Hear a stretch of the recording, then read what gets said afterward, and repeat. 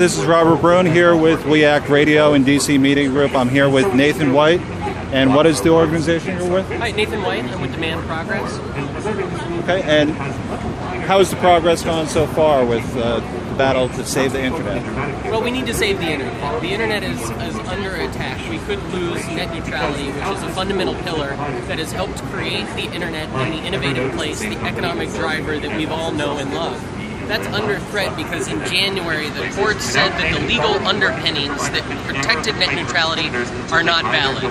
And so the FCC needs to change its interpretation to reinstate those laws. If they don't, net neutrality will be gone, and that will fundamentally change the internet forever.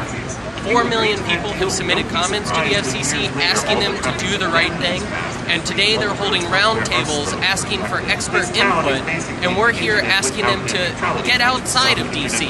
That there are lots of smart people here in DC, but it's not the end of the universe. The World Wide Web is worldwide, and we need to hear voices from all over the United States. So we're asking FCC to hold roundtables throughout the country to hear not just from corporate lobbyists and Washington think tanks, but users who use the internet and who make the internet what we love.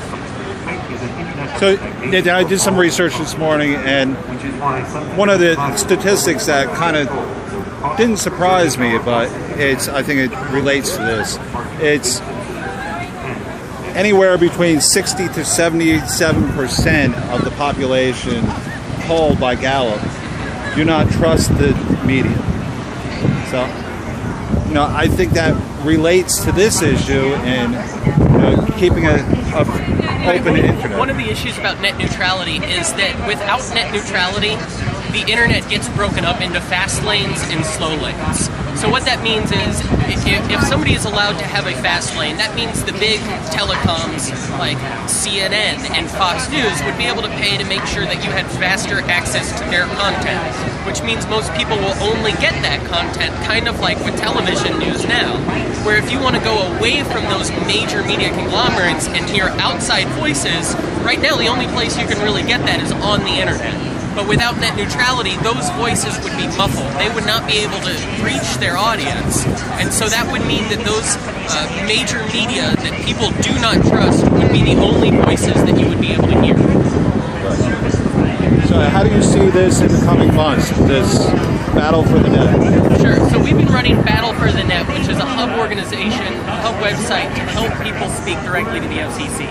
In one day, we drove about 750,000 comments to the FCC, 2 million emails to Congress. Right now, 4 million people have registered comments with the FCC, and 99% of those comments have been in support of net neutrality. We need net neutrality. The American people, as soon as they understand the issues at stake, support net neutrality.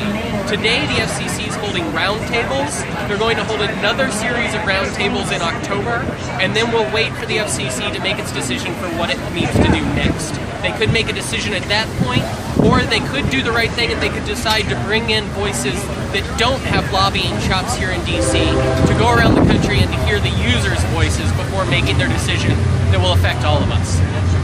Okay. Thank you. Sure.